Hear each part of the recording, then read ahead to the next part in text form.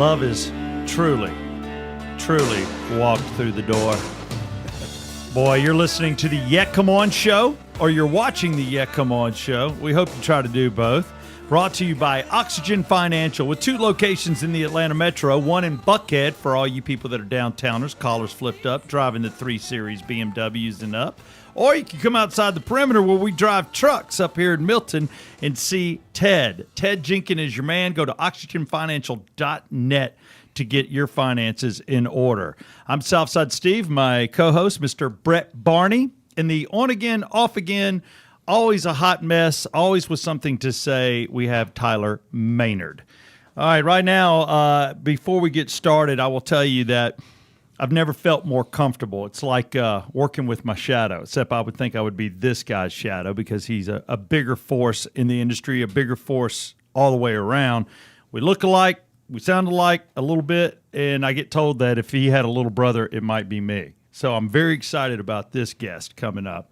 But right now, before we get started, we have a little housekeeping to do, and we like to hear from our Yet Come Oners. Yeah, I'm just going to say I've never felt more so like I'm going to get my ass kicked during or after a show than I have today. Dudes with long hair will kick your ass quicker than a dude with short hair. I just want you to know that.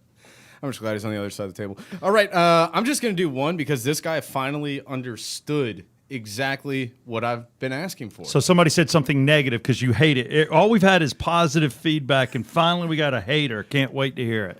It comes from Dan Murphy. This show should be renamed the C-List Celebrity Show. Southside should get tanked every show, plus one of these sissies won't even participate in the Edward 40 Hands Challenge. This shit isn't American. Plus, I think Southside hates Jesus.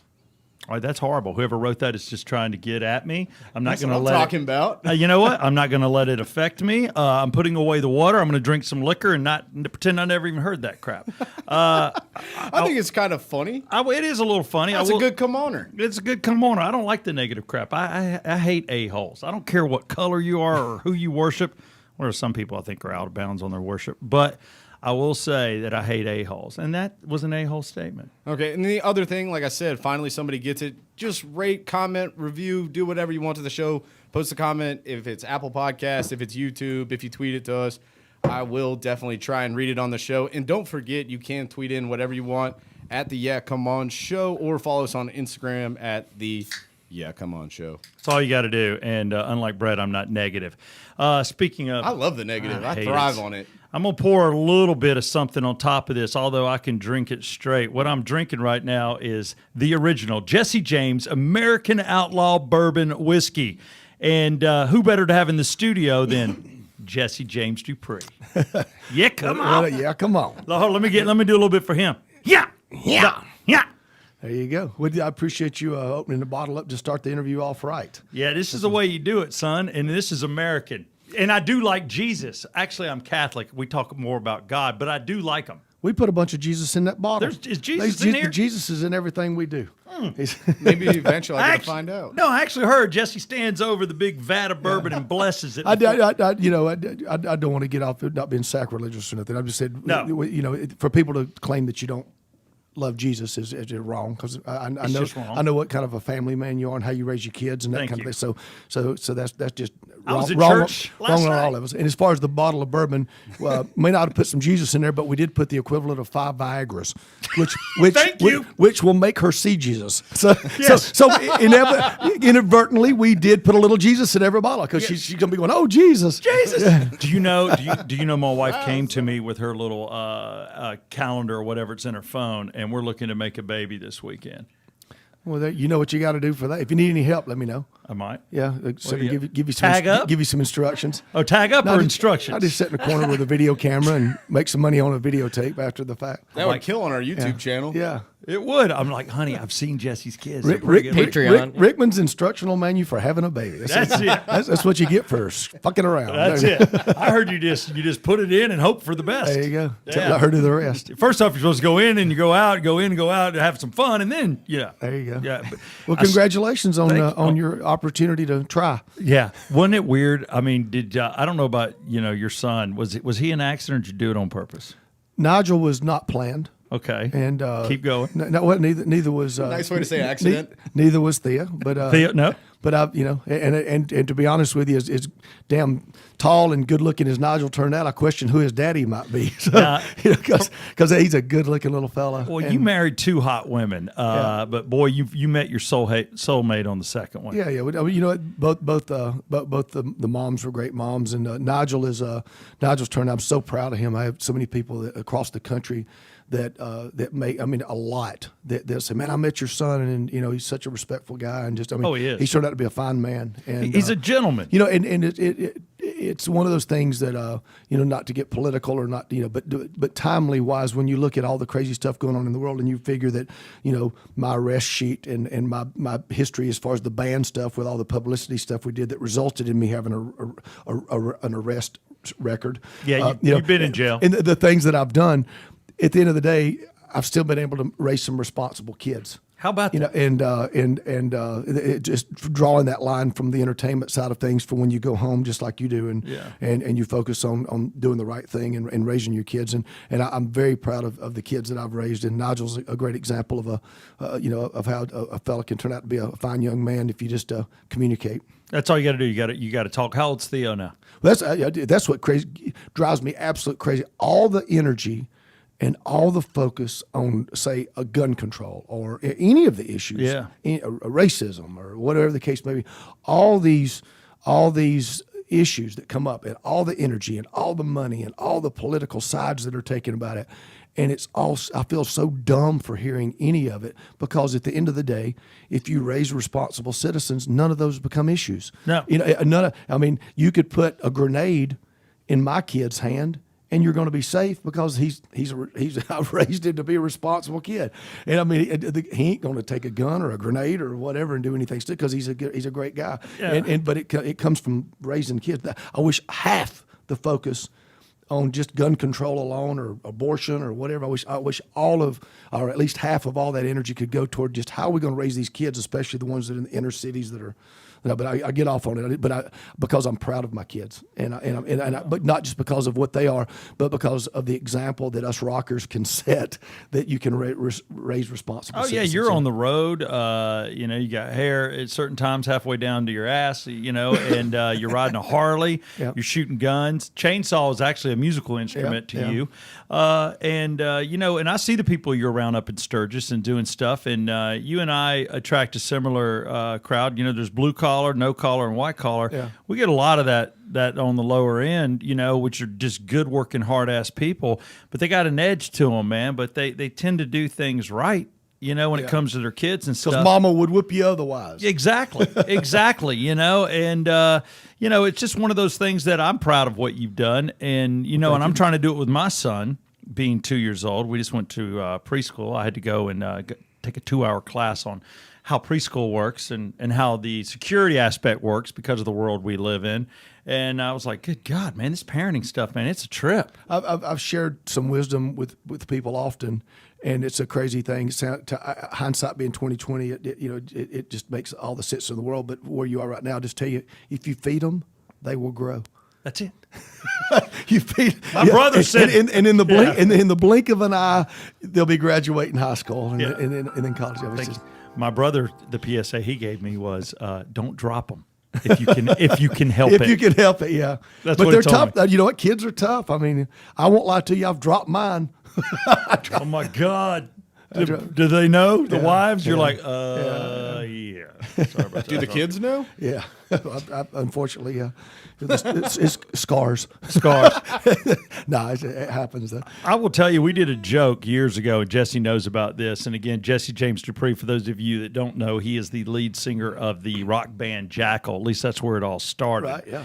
We will talk about where it's ended because we are there's 2 bottles on this table that he is responsible for. So he is in liquor stores in and around town if you want to grab yourself a little piece of America, because it is America's outlaw bourbon whiskey, Jesse James.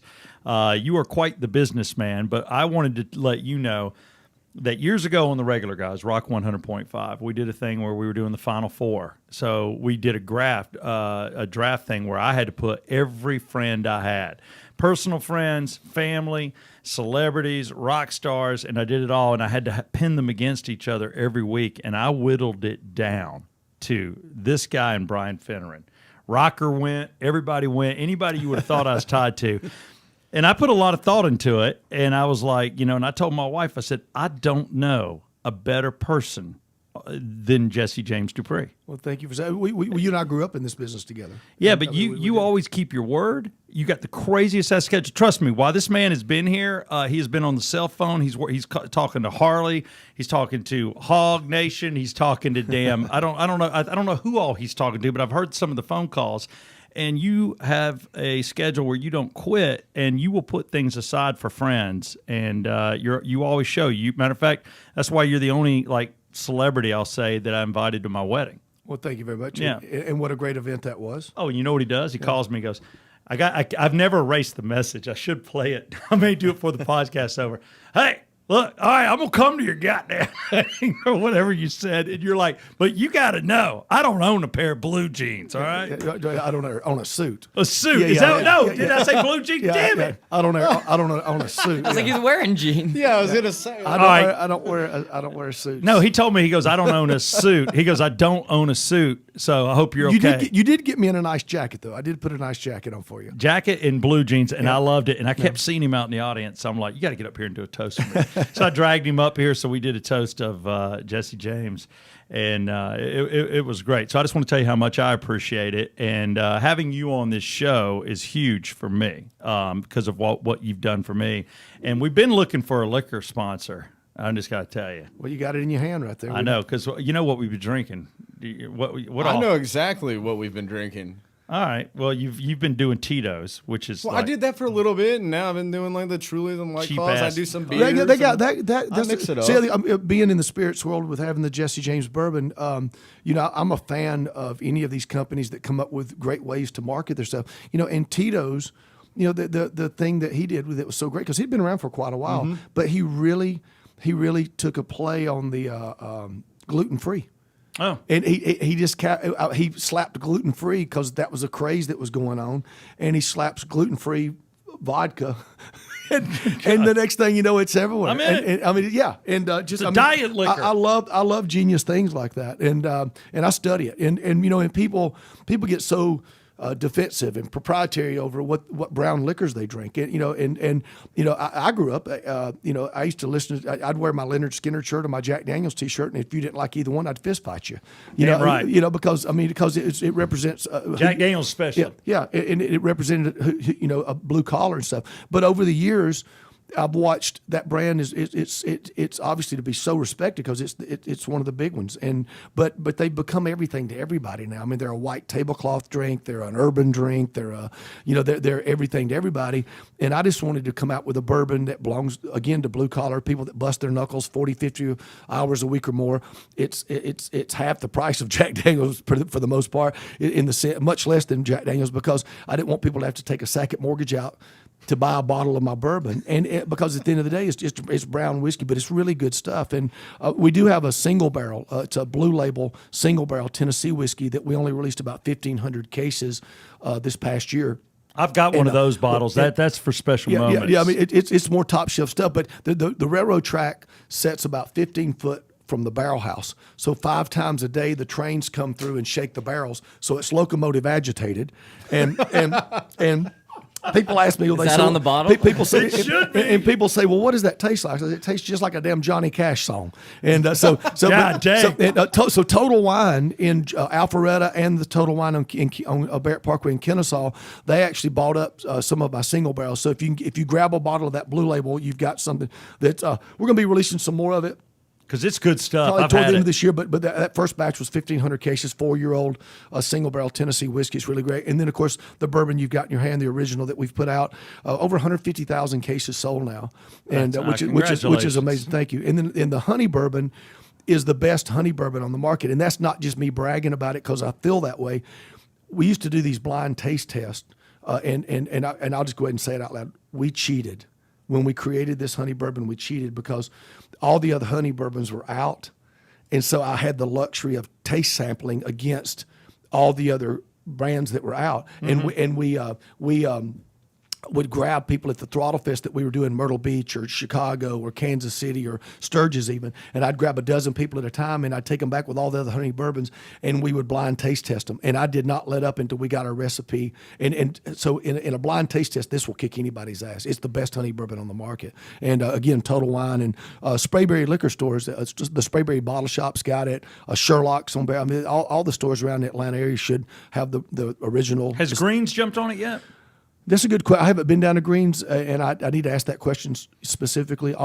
Most all the stores around outside the perimeter have us for sure, and then the inside the perimeter should have it as well. It's worth the phone call, I'll tell you, because I'm a bourbon drinker and I'm a Jack Daniel's man, always was. I mean, I've been drinking it since the 10th grade. And again, I got off subject for myself talking about the products, but I'll tell you that I love people get proprietary and defensive about their brown liquor, and I think it's great. When you come to my house, I've got all kinds of brown, all different companies, because I love sampling the different ways that people make it. See, that's good. And there's there's nothing there. If somebody goes, well, I drank this, and that's great. Bullet or Knob Creek or what. I mean, it's great stuff. I drink both of those. The thing that I love is that people develop a palate for it. And the one message that I've been trying to share with people, because there's so many people out there that they're not bourbon drinkers. I'm not a bourbon drinker. I'm not, and I think that's largely due to the fact because they just don't have their mind prepared for what they're going to be tasting. Because generally, if you can share with someone what you're about to taste and why you're going to be tasting what you're getting, you can start to enjoy it. So the story of bourbon is bourbon was initially a mistake. An accident. It was an accident. It's like Coca-Cola. It was an accident. It was an accident because they were storing white liquor, which was basically moonshine, in the corn liquor. They were storing corn liquor in oak barrels. They had these virgin oak barrels that they were storing in. And there was a fire up in Bardstown, Kentucky. There was a fire that charred some of the barrels, and they went ahead and poured the juice after the fire was over. They went ahead and poured the juice into the barrels anyway. And shipped them out, and some of them on a boat and whatever.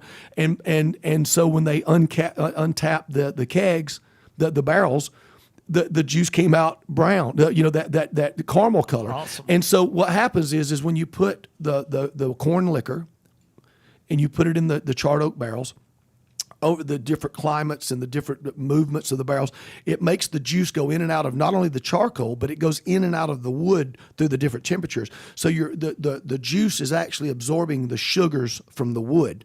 So you're getting the natural sugars from the wood, you're getting the charcoal, and then you're tasting that corn flavor. So if you know when you drink some bourbon, you're going to taste a little bit of charcoal, you're going to taste that corn, and you're going to taste a little bit of sweetness, sugar from the wood. If you know that, you can prepare yourself. What I tell people to do is get you some ice. And I'd start out with crushed ice if I never drank bourbon before, because that's going to melt a little bit quicker. Get you some crushed ice, pour you some bourbon in there, and put you a little splash of water on top of that just to open it up, which they say to do that anyway. Mm-hmm. You open it up, then cook you a bag of popcorn.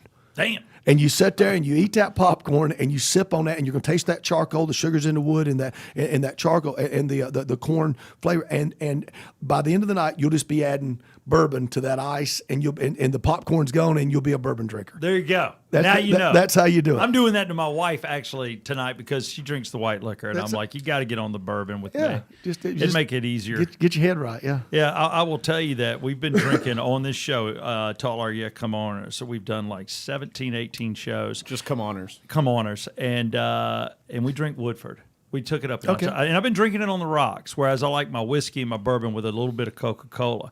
But Woodford hasn't called. Well, I'll have to give you some single barrel. I'll give you some Jesse James single barrel. We'll see if we can't get you off the Woodford. Well, yeah, and all I'm saying is we're just looking for sponsors. So tell your people that the Come On show will go full on Jesse James, and we'll have it on the table every time. And tell them they can spare a couple bucks. I have my people call your people. And to Jesse's people, I'm looking at you. Jesse doesn't make the decision. It'd be nice if you gave us a little bit of cash, like a couple $100, so we can buy more equipment. There you go. Hey, can I throw it back real quick? What? So you were 21 in the 10th grade? No, I don't know what you're talking about. You What do said, you mean? "Oh, Jack Daniels, I drank that in the 10th grade." I did. I just wasn't surprised you were 21. Well, back then the drinking age was 18. It what? Thank you. So he was Jesse. 18 in the 10th grade. Still, No, that's pretty shitty. I drank illegally. It was an illegal drink. I wasn't allowed to. But that was the first thing. Actually, the first thing, and I'll ask you the same. First thing I ever got drunk on was Wild Turkey. Then I switched to Jack, and I never looked back. Well, the back when we were growing up, the drinking age was 18. It was, and yeah. it wasn't that big of a deal at 15 to go into a bar. I mean, we'd go down to Underground Atlanta, and which was a big deal if you figure this was just right when 75 was being completed, because but prior to I-75 it was just Highway 41 right there that went up and down. And we would go down, my buddy Roger Sutton and I would go down to Underground Atlanta on the weekends, and we'd pay somebody's way to go in to the clubs, the Front Page, Broadway, the Mad Hatter, and we'd pay somebody's way to go in, and then they would come back out and we'd lick our wrist and transfer the stamp. Back in the day. And then you had to transfer it back over because it would be inverted, So that we'd do that, and then we'd wait till the crowd would go in, and we'd just keep our heads turned because we were 15 and looked 12, and we'd throw our hand up and show the mark, and then go in and watch the bands play. That was my problem. I looked young. Yeah, well, hell, I did too. And, God, I was a baby. But again, it was a different day and time, and the bar scene was God, and the women was beautiful, and it was a good day to be 18. It was a damn good day. It's a good place in the South, just as far as women are concerned. I will tell you that you've given me. I've got my Jesse James. You've got two different hats. You've got one that's kind of white, and then you got one that's a little creamier, dark on the neck. And I got the cock of the walk hats too. Yeah, the cack. Yeah. I've never gotten a cock of the walk. Excuse me, but I love that. But I want to give you your yeah, come on hat right there. Thank you very much. I appreciate. I've been dying to give you one of those.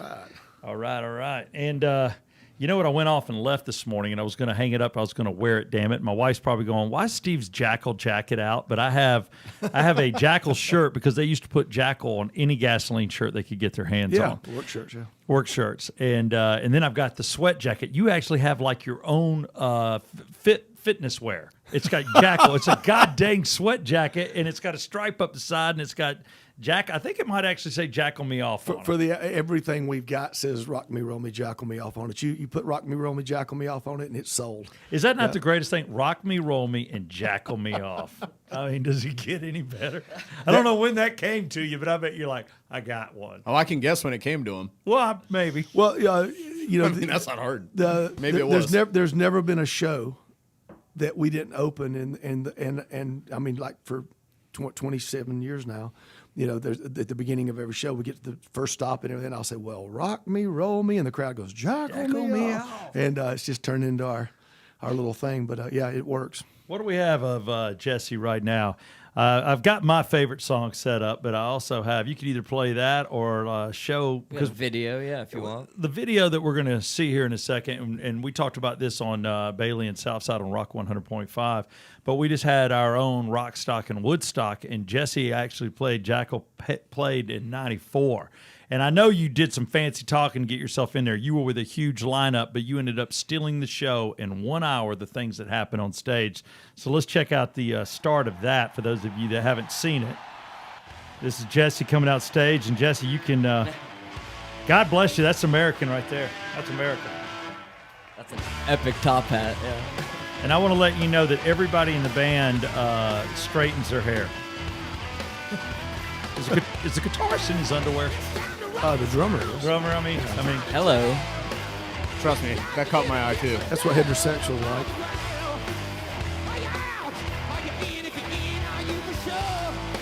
That coat weighed 50 pounds. Really? Yeah. Our light tech's wife made that jacket. There's little 1-inch square mirrors that she cut. Oh, yeah, it looks like a big disco ball almost. He's a damn walking disco ball. Yeah. How many people were at Woodstock when you played? It was over 500,000, I think. It was just surreal.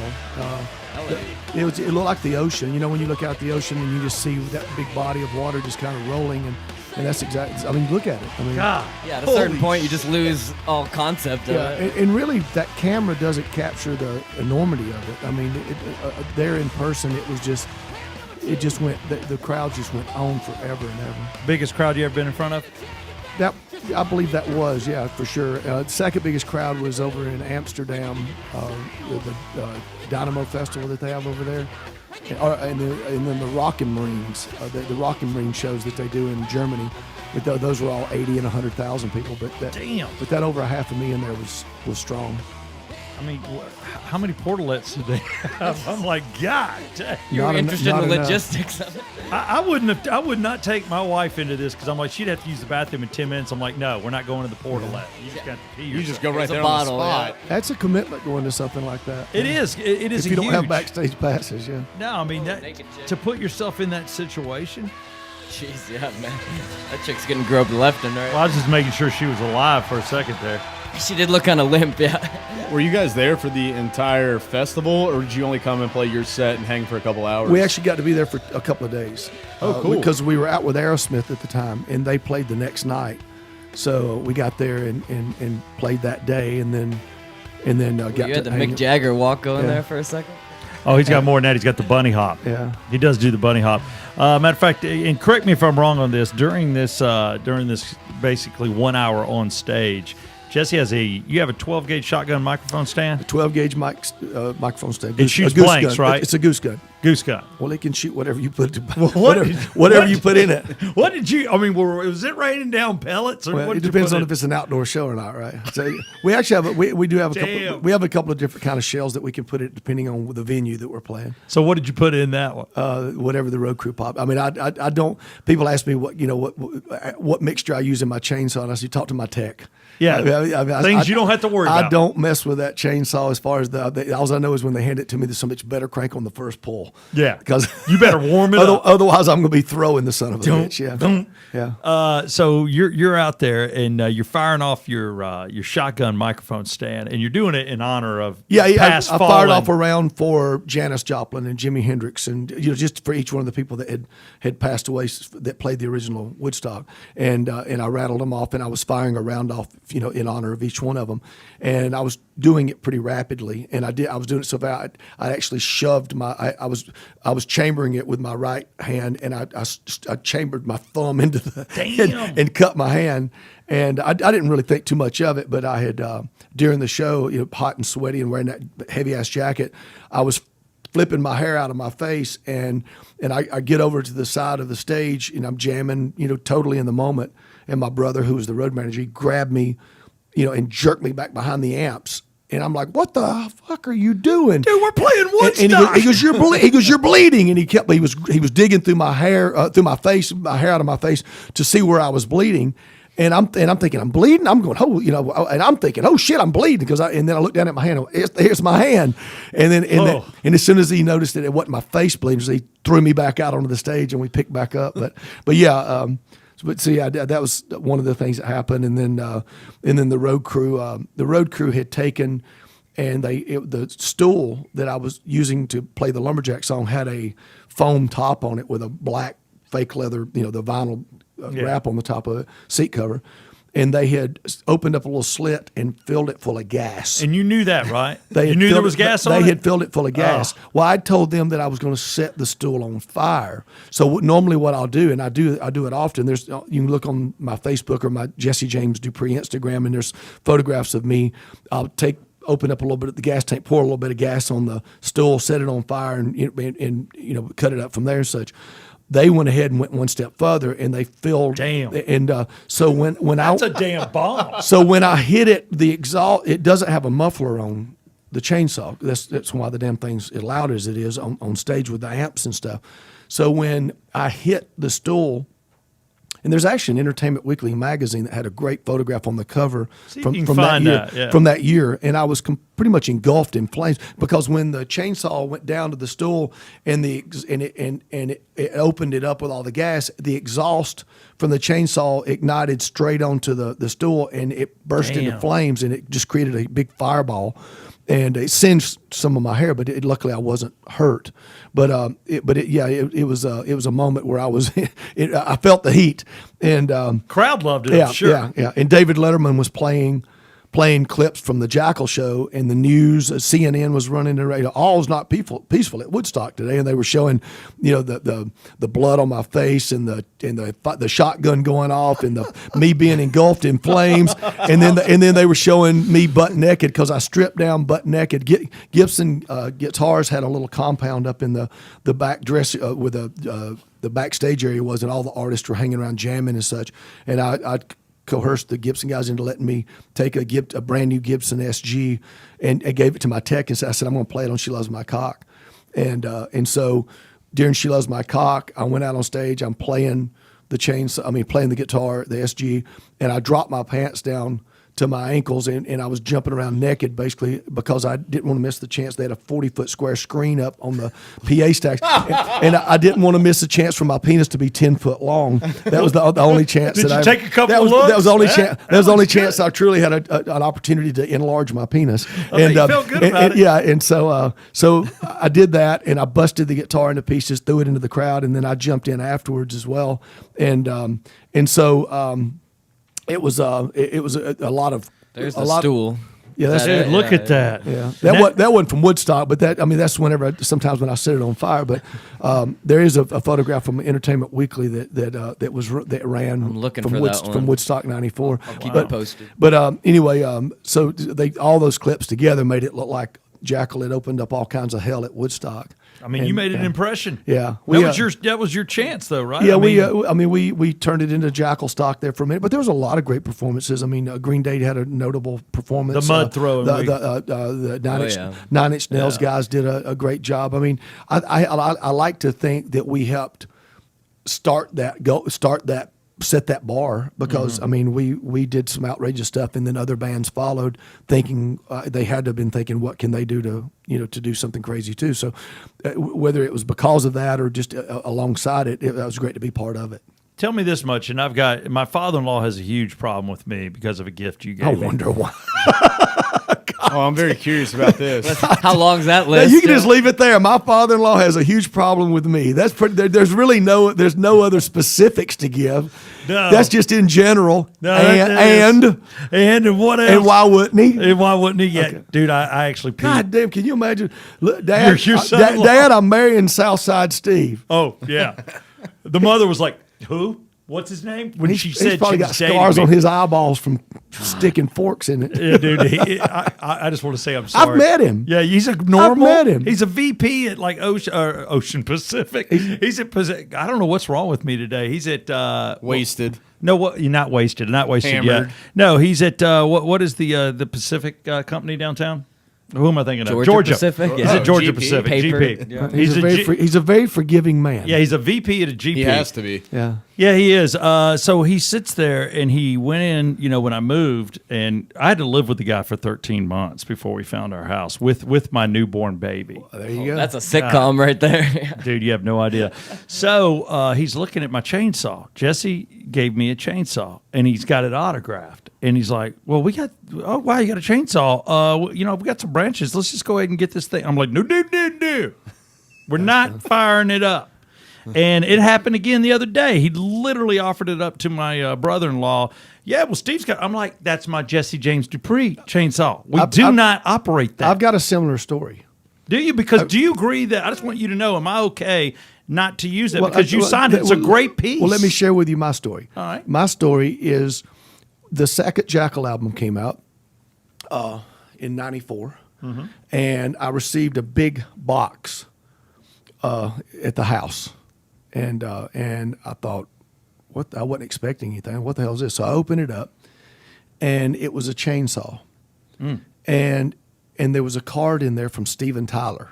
Damn. That I still got. Yeah, you may have even looked at it. It's on the mantle at the house. At the Then I have seen it. I know where the mantle is. And it was a card of the cartoon characters on the front of it of Aerosmith when they were on The Simpsons. Okay. And that's on the front cover of the card. And you open it up, and it's from Steven, handwritten. It says, "Your new album is The Balls. Here's a different chainsaw. Here's a chainsaw in a different key because diversification is the root of all evil." And I thought, that's a great thing. He said, here's a chainsaw in a different key because diversification is the root of all evil.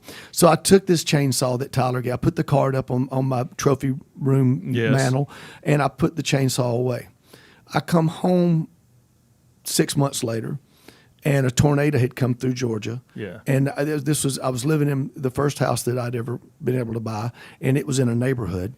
And You're not set for a neighborhood, son. And no, I'm not No. geared for a neighborhood, but Not it was at in a all. neighborhood, and it knocked two trees down in my nice sized pine trees in the yard, and I come in off the road and I think I'm just going to clear this up myself. I don't need to call a company to do it. I can handle clearing my own yard, because I'm a man. I'm ready. I'm ready to do something. got this. Because I poured concrete for a living. I mean, every day that I get away with doing what I do, I seriously have a hard time feeling like I've put a day's work in, because I've worked real jobs. I've poured concrete. I've drove nails, toted lumber, whatever it takes, drove trucks, and I'll do it all again if that's what it takes to feed my babies. But I know what a good hard day's work is, and I feel guilty every day I get to do the things that I do between the liquor and the band and so on and so forth. And so I came out and I'm thinking, you know what, I'm going to do this myself. So I go into the garage, and every single chainsaw carcass I'm picking up, none of them work, because they're all chainsaw pieces parts that I just beat all to hell. Yeah. So the gas tanks are busted on them, or the You're like, whatever. why do I have these? The brakes, or whatever, the chainsaw brakes gone, whatever, the bars off of it. So I'm looking around, and here I am, guy that plays the lumberjack song, and I don't have a damn chainsaw that works in my house. I just got parts of chainsaws that are just beat all to hell. And so I look up on the shelf, and there's that chainsaw that Tyler had given me. Don't you do it. Don't I'm you thinking, do it. I'm thinking, okay, I got to have a chainsaw to get this No. thing down. But I get it out, and I get outside, and I'm cutting up this tree. With your Aerosmith chainsaw? And my neighbors are going by making smart ass comments, going, "I recognize that song," just Yuck. running their mouth and stuff, And I stopped and I thought about it, and I thought, I've played all around the world, and I have people that would beat each other over the head to be able to grab a piece of the bar stool that we cut up and throw out into the crowd and such at the end of the show. And they would probably actually pay money for it if we wanted to sell it. Oh, yeah. And when I need some damn help, they ain't a sumbitch.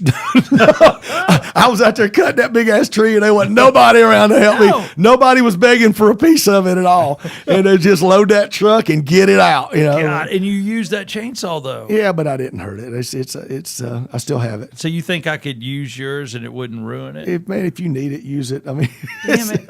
It's just so cool because people Y'all come not in- afford a fucking chainsaw? No. Like, I mean, they're not that. I actually have one of those. I can't Now, I'll invest tell you, here, but I actually have a chainsaw. Well, I'll tell you though, chainsaw. You can use mine. The ones that I use, the Farm Boss that I use, them things $800. No, yeah, he's got a high end. I mean, those things that I use on stage are $800. Yeah. I actually somewhere in my Instagram feed you can go back and look. I took some photographs, and we were cleaning out. We have this big warehouse now because over the years it got way too much for my garage, and now we have an entire warehouse that's props and equipment and Bar stools and waiting to be cut. memorabilia, just in everything from over the years that we've had out on tour and stuff. yeah. Different parts of our career, my life in a storage barn basically, and there's a photograph I posted on Instagram of all these chainsaw carcasses that were still piled up in the storage warehouse, and I posted it, and everybody was like, I'll pay for it. Send me one of those. So I've still got them, and what we're going to do is I'm going to find the right time, and I've been working with, and I may do it this coming Christmas or something. I'm working with the VFW now. And the VFW, a lot of people think the VFW is just some old guys in a lodge somewhere drinking bourbon, right? Mm-hmm. But the VFW is more viable now than they ever have been. All of our men and women over the current conflict that have been coming home, they need someone to help them, understand their benefits and their rights and that kind of thing. VFW, for 120 years, they're celebrating now. VFW, They not only help our men and women in uniform when they get reacclimated and come back home, they do it for free. And that's a big, in this day and time with all the bureaucracy and such, it's a big service that they provide. And I've gotten to be good friends with Doc, who's the commander, the chief of commander in chief of the VFW, and Hal, who's the next in line for that, and Kevin and all these guys. I mean, there's great guys at the VFW, and so I'm helping to bring awareness that the VFW needs people to support it more than ever. And on top of that, they have a program called Unmet Needs, where they're giving like up to a $1,500 grant to soldiers that find themselves in a little bit of financial hardship from being deployed and such. Oh, yeah. And the cool thing about it is they'll give the grant within 20 days if the soldiers qualify for it. And they scrutinize it, accordingly. And if they deserve it, they'll give them the $1,500 grant. And so you can donate to the Unmet Needs program. You just text 20222. You just text 20222 and you text the word needs, NEEDS. That's all you got to do. NEEDS and to 20222 and like through your phone you can make like a $5 donation that'll make a huge difference. So I'm proud to be working with those guys. But I'm thinking about between now and the end of the year I'll pull those chainsaw carcasses out. Why not? Put them up online and auction them off. There they are. Look at there's a bunch of them there. God. And so then whoever gets them will donate the money to the VFW. All right, that red Damn, one. that's a lot of. Yeah, that is a lot. There's more than that. Yeah. God, look at it, and they all got the logo on there too. Damn, you got steel, man. Those are nice ass chainsaws. Yeah, there's Johnson Reds and Steels, just all the ones I've used over the years. Original brands that I used Look at that, Jesse, out there doing it. Do you still reside in the Atlanta area? You still at Kennesaw? I'm up right at the base of Kennesaw Mountain. Yep. And just it's used to be the country. It did. Used to be the country. It Used to be did. the country, and I get up into the bubble burst. In 08, there was 350,000 people a year moving into the state of Georgia. Unbelievable, and, man. And it was just getting so congested, and then it leveled off for a while, and that's back growing again. I But know. I just can't see myself living anywhere else. I've gotten pressure over the years from television networks and record companies and different people I've worked with. And you just need to live out here. It's just Makes it easier. for me having to fly in and get hotel rooms and all that kind of stuff. And I've toyed with it a few times, but I don't know. I don't know if you spent much time in the West Coast in California. I have. But after about if I can make it a good week and a half, but going on the second week of being in LA, I start getting depressed. Because every day the sun's setting, every day you wake up 3 hours behind the East Coast, every day, and there's just something about that whole mentality of those people out there that are just a little more passive aggressive and just and I wake up every day ready to take a huge bite out of life's ass. So after about going into the second, Life has got a bite in its ass. That's a T-shirt. Hell yeah, it is. After the second week, I start getting depressed, and I'm ready to get back to I love Atlanta. the weather. I love the dryness. I hate the humidity here. That's always been a problem. I never had allergies till I got about 40 years old. So when I'm out west, I love that. But you're right, man. It's like it's in a slower gear for sure. I do love the South. I can't imagine. That's the only place I would live. I would probably live in San Diego if I could. I liked it out there. Man, but they don't vote the same. I don't know when the last time you've been there or San not. Diego's pretty conservative. Thank God. I don't know. For California, at least. I tell you, the last time, I don't know the last time you've been there or not, but it is seriously out. What you're seeing on the news. We were there last year. We went to Napa Valley. What you're seeing but that's Napa Valley. Yeah, it's Napa. What you're seeing on the news from San Diego, Los Angeles, and San Francisco, the homeless problem it is really out of control. Yeah, and Seattle in a too, scary the whole way. West Coast. It's yeah. a scary, scary thing. I'm out there a lot, and it's a scary thing just because of the state of humanity out there, and the fact that it's not being addressed, it's not being dealt with. Are they breaking and entering? Are they stealing? I'm sure that you've got that going on, but aside from that, just the humanitarian side of things, and the fact that it's growing at such a fast pace, it's very, very scary. That can be, even because America's not a third world country, and I do not believe in handouts. I believe in hand ups. Yeah, I'll help you. And I believe that there's a way to do it,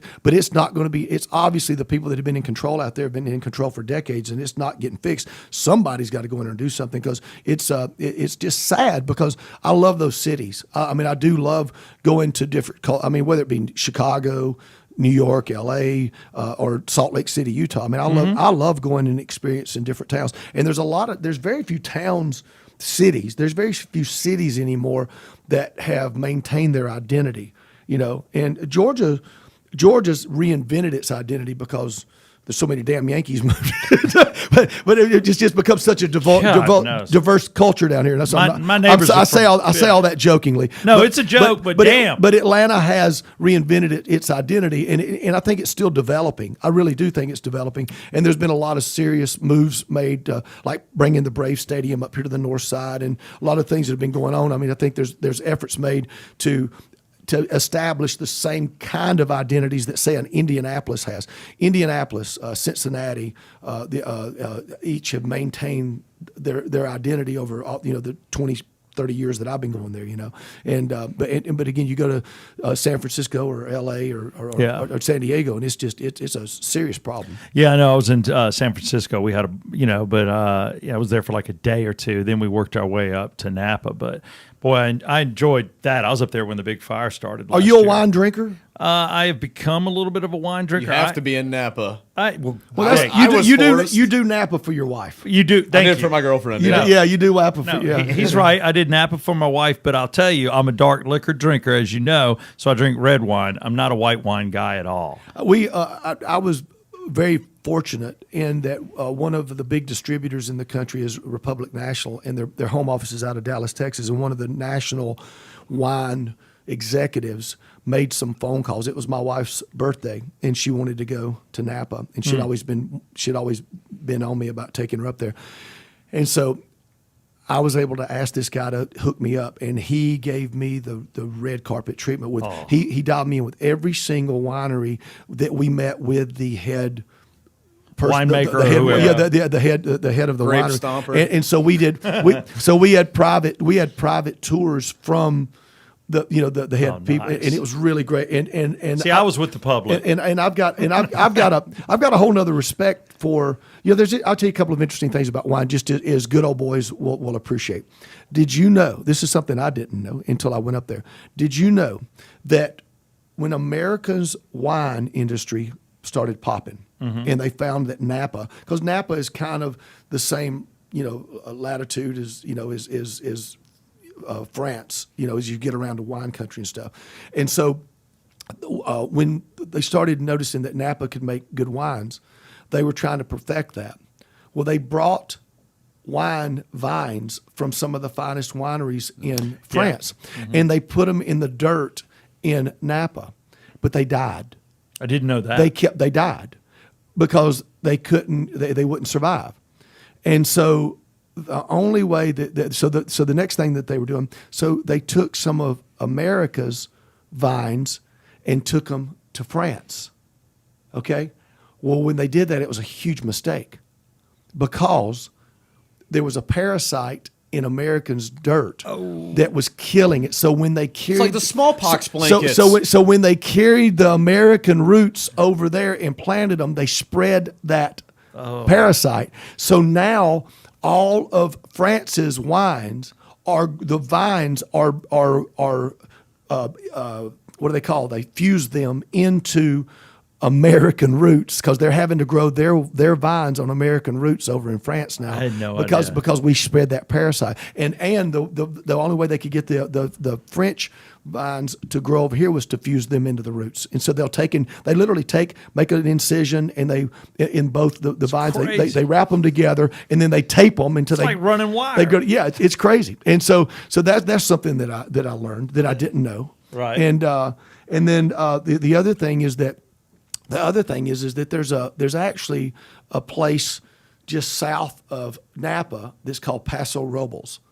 And that was an old cowboy town, a rancher town. And they've actually found that there's better wine that grows there because of the way the mountain range is angled and the moisture comes off the ocean and settles on the grapes. And then the sun bakes them throughout the day. It's a total rock and roll thing. I've got a new respect for it that went up there. You're like a weatherman. I mean, literally one hill to the next, you're going to get a different taste. Yeah. It's bizarre. Yeah. Yeah. So it's cool to go up there. And again, it made her happy, and I got some booty, and life is good. You got laid in Napa. Jesse got laid in Napa. Now, speaking of that, I was on your Instagram, and I have to ask, did you see this in person? Let me get it dialed up here. Hold on. There we go. Yeah, those two turtles fucking? Yes! Where the hell is that? That's It says greatest day of my life, Is part that not, one. listen, you can listen to my audio. I'm saying this is the greatest day of my life. Ever seen. It's the greatest thing I've ever seen, is what I just said. Watch, he is knocking the bottom out of this shit. God, I bet. Knocking the Pile driving. Watch it. Look at, she's That's just how running. baby turtles are made. Jesse, what are they doing? They are praying. It's called the turtle prayer. God damn. He is fucking her like you don't even know. And is she really bet trying he's to in for the run? long Yes. You ain't going nowhere. That ain't nothing. You keep Probably watching it. not. They make a full lap around that yard. Oh, this is not And, consensual. but if you listen real close, you hear him go, oh. They make noises. Yeah, listen. He'll, oh. That's fantastic. See that pumping? Greatest day of my See him life. pumping? I've always wanted to see this. I've always wanted to see this, you said. Is that not the greatest day of your life Yes. to see? Have you ever seen turtles fucking? Never in my life. No, I mean I kind of knew they did. I watched them from beginning to end. I couldn't get enough of it. It was You're the like- best porno I've ever seen in my life. Jesse's like, give me some popcorn. I'm gonna watch this. I'm Look at that. I might throw up. Oh my god. Oh, I hear the noise. I went home, put a yard sled on my wife's back, and turned her on her stomach and chased her around the bedroom. Is that not great? No, dude, that's rock and roll. I like that. So that was in Austin, Texas, at this billionaire's house. That he throws a party every year. He owns turtles. He owns those turtles. He owns a lot of shit. This is some tech guy, and I was asked if I'd come and play his private party. You say yes. There'll be turtles fucking. It was Eddie Trunk was there. Joan Jett was there. Was it just you or Jackal? It was just me. We just had a jam. So you just like, hey, we're going to put you with Joan Jett. It was Joan Jett and George Lynch and Oh, awesome. Well, Doc. some guys that play with Vince Neil and Eddie Trunk and Joan it was just a jam at this guy's house, and he set a full concert stage up. He took the sidewall down to his tennis courts, set the stage there, and where all of the way his lawn came up around where his garage and stuff was, he had all these people like an amphitheater, and then he had turned his 5-car garage was turned into a bar. And he had up a damn party, and it was the craziest thing I've ever seen. How much does a guy like that pay for somebody like It's you? a good day. Can you give us an idea? I'm very blessed that he cared that I was there. I just want. He's being humble. I know he's being humble, but I want to get an idea. Is it over 40? He said one day you're going to be doing an interview with somebody, a close friend, and they're going to ask you. And You're damn right. And you got a close friend right Wait, here. He Wants said to you got know. to promise Hang me on. that you'll never tell us. How many chainsaws could you buy? 5 or 9. Okay. Shit. 5 or 9. Holy shit. Yeah. Wow, good job, son. But it was fun. It was fun. And That's great. But on top of him paying me to be there to have this jam and stuff, I got to watch 2 turtles fuck. Why not? You're like, hey, dude, That's worth the price of admission. you just iced my cake. I would have came and sang for free if I'd have known I got to see turtles fucking. I wish I'm not up on everything that has intercourse. I know birds do not. I don't think, or do they? I don't know. But turtles, I guess I You have knew 3 that. videos of it. Look at that. That's the Oh, look at that. That still frame is great. Oh my god. This is definitely one of the shows that you're going to want to watch. Yeah, you got to watch yeah, this. definitely. Or go to his Instagram. Either one. I like yeah. the question. Did you actually see this in person? Yeah, I thought you just uploaded this from the internet at No. first. Yeah, that's great. No, it's my own National oh my Geographic Lord. She was special. just like, all right, son, that's enough. All right, so tell me this much as we move forward. I want to talk everything about what you've done as far as a reality show, being a part of that, getting it started. And you're pretty much the one that came up with that idea, that concept of doing that out in Sturgis.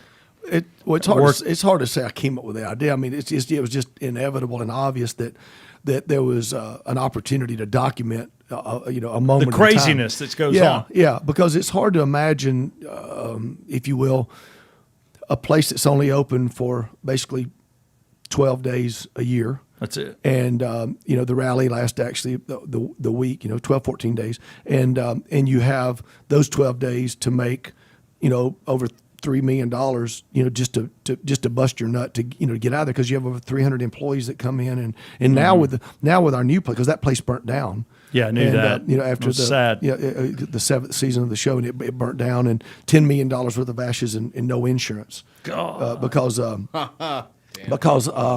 there was no running water on the property. We had to truck all the water in, and you're out in the middle of the prairies of South Dakota. There was no fire department. There was only a volunteer fire department, which God bless them, but they're the reason why it burnt down. Oh no! Yeah, the head volunteer fireman chief shows up, and he was walking around the building that he knew was on fire, which was the main part of the front part of the bar. And he was walking around feeling of the heat so he could figure out where it was located, so he could figure out how to get into the place. Mm-hmm. And while he was around back, 2 other volunteer firemen showed up, and they cut a hole in the front door. And when they did, it backdrafted. Because the wind was blowing in that direction, and it blew up like a bomb. And the front part of the bar was attached to a distillery that we had there, and which was underneath that 300-foot long old 100-year-old bridge that we'd moved from the Belfouche River out there. And there was 2 totes of 180 proof liquor two big totes. That's a of bomb. 180 proof. And so when the fire hit that, the whole property went up. And so I was in Jackson Hole, Wyoming, on tour with Jackal. Michael was down in Trimble, Tennessee. And he calls me in the middle of the night and says, dude, the full throttle's on fire. And I was out of it. I'd passed out. I was going, oh man, would keep me posted what's happening, and No, it's fully engulfed. We hung up. He called me back within an hour. He said, dude, the full throttle is burning to the ground. And he goes, look, check your phone. And because I'd been nodding out, sleeping on the bus. And I started looking, and I came up immediately. And so at 5 o'clock in the morning, I was down at the airport calling the emergency number at Hertz to get a car. And I got a car that morning and rolled out about 9 hours across from Jackson, Wyoming to Rapid City. And Michael had to drive 2 hours to Memphis and then catch a connection in Minneapolis on into to Rapid City. So we actually got there about the same time. And I picked him up, and we went to the Holiday Inn downtown Sturgis, because our lawyers had told us don't even bother going to the property because the federal government had already seized control of the property. The ATF, the everybody, they had all seized the property. Every government entity was out there, and so they had shut us in. So we went to the Holiday Inn and sit there and cried for a while, and consulted with the attorney because they were there. They thought there was some kind of foul play. And so you're like, we don't have insurance. Does that make any sense to you? Well, they didn't know that at all. Okay. And so, but they eventually later on that day, they called us and said that we could come out to the property, and they escorted us on a perimeter tour of the ashes. And it looked like a nuclear bomb had went off. It was, the entire 30 acres was just smoldering ashes. There was nothing salvageable, nothing? Oh, just the statues, the big steel statues that we have, and the bridges that were mangled from the heat. Then those bridges are over about a football field long, big steel structure bridges that are over 100 years old that used to cross the Belfouche River. And they were the old bridges that had the wooden slats across them for single. Very cool. Back when the advent of cars, And that particular bridge came across the Belfouche River where the settlers used to go down the old Bismarck Trail to settle the West.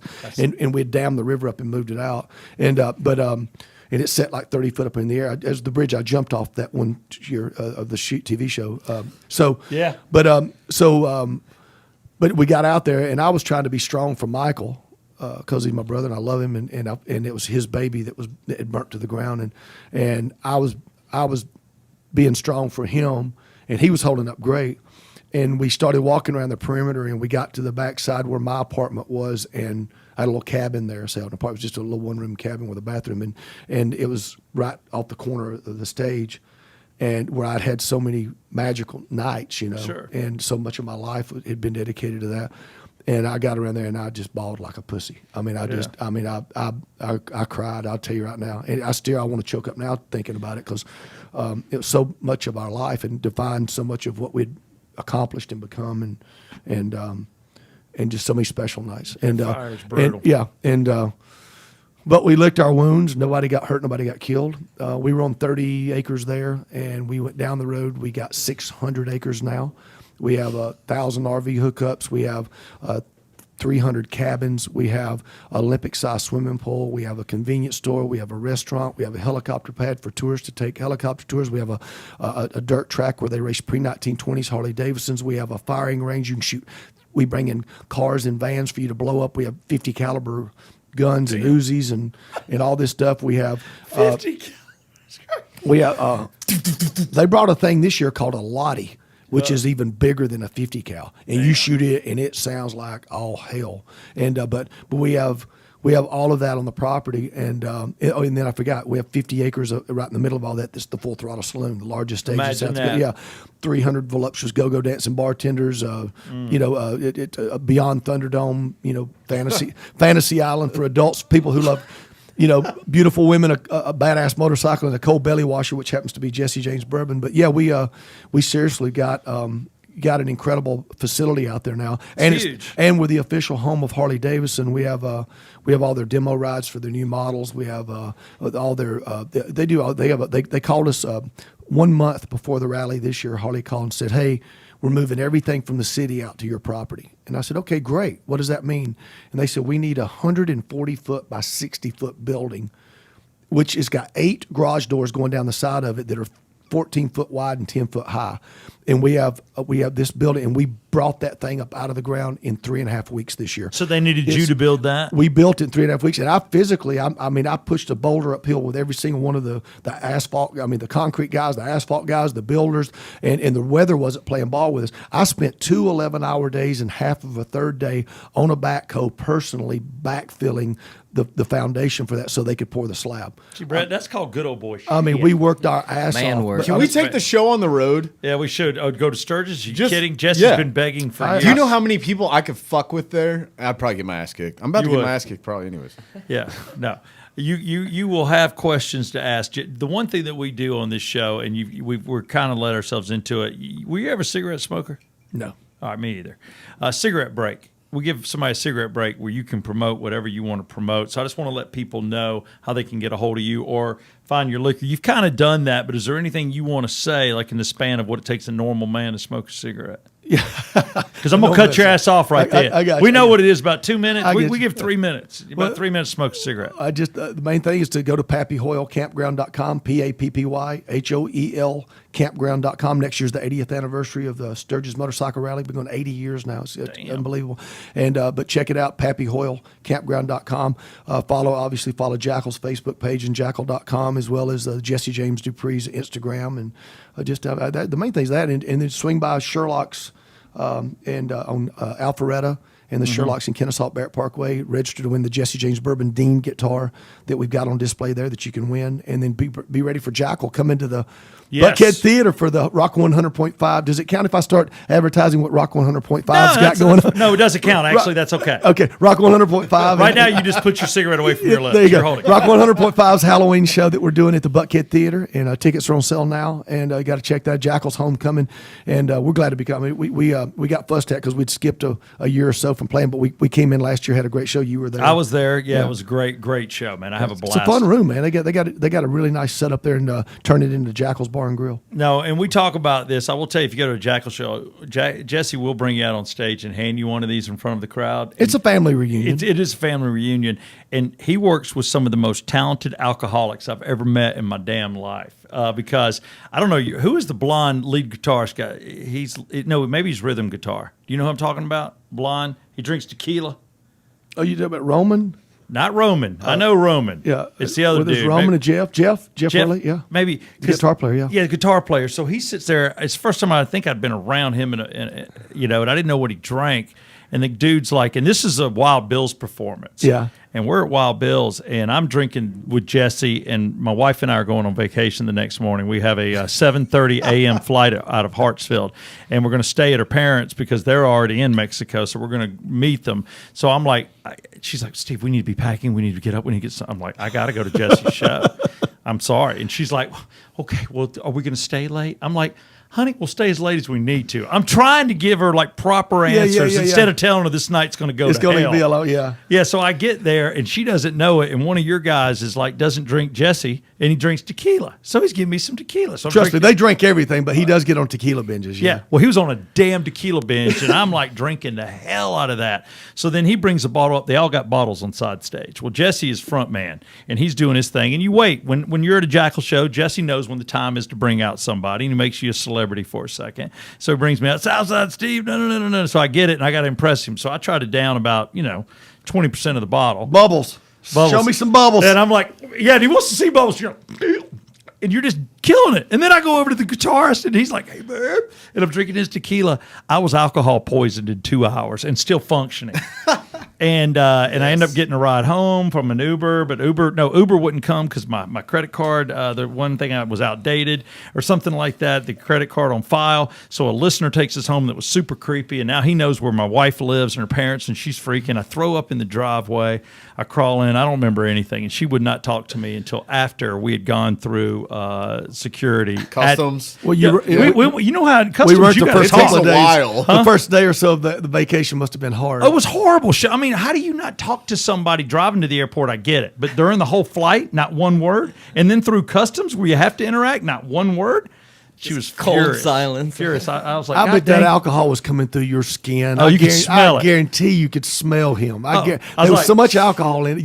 You know how when people drink Oh, so yeah. much, it just coming out of their pores. Yeah. Oh, totally. He had drank that much that Oh, night. and I get out in Mexico and the temperature's like 109 or something. I'm like, everybody's getting high just sitting next to me. But I want to thank you for almost ruining my marriage. But that's what Jesse James will do. To you. He gets down. He gets down in the car, and it's one of those things where his head just kind of bobbles to the right, like, "Oh, I see it, man." I looked at him. I kept going. I gotta say bye, Jesse. I gotta say bye, Jesse. That's a bad night. It was, but it's damn good liquor, great times. But I just want to say that we're glad you're coming back. That is going to be a great show in October. So tickets are on sale right now if you want to get those, and that is a Rock 100.5 performance, and you don't want to miss these guys, man. And that's right. Are you mid tour then? What is your tour situation? October 18th. I think we're in South Carolina the night before, and then we come through to Atlanta, and then we head on down to Florida. Okay. We're in Daytona Beach for the bike week the next night.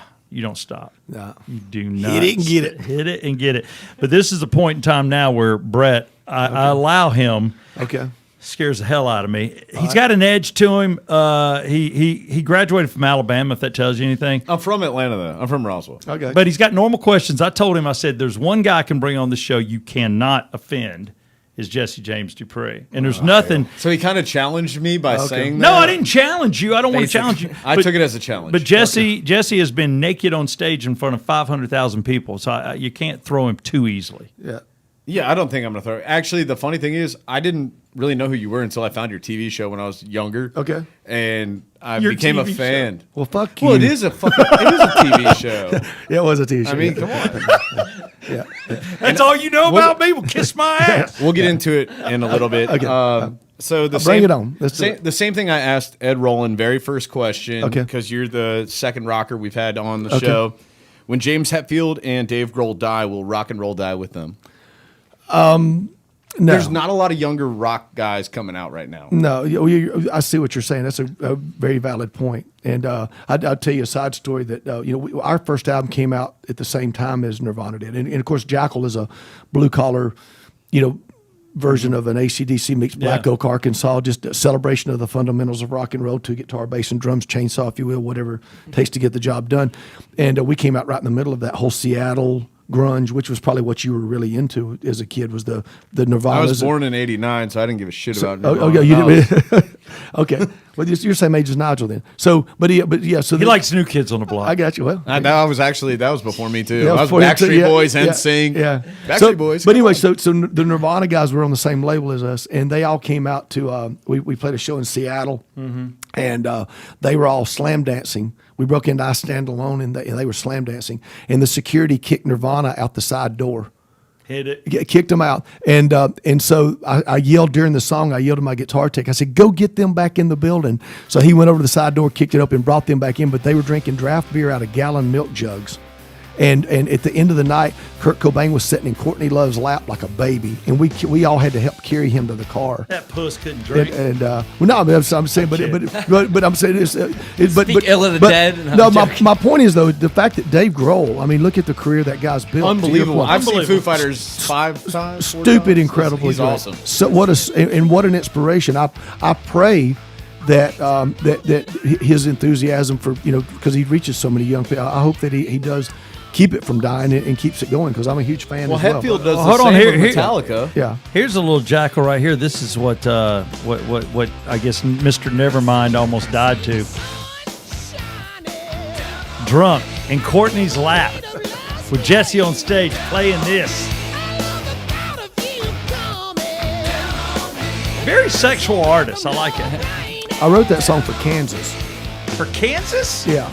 Down on me? Yeah. I can see them playing it. Yeah, I mean, I wrote it for Kansas, but this was back before Jackal, and I was managing Danny's over there on 41, and whenever Nigel was born, this was the year you were born, and I wrote this song the year you were born, and so.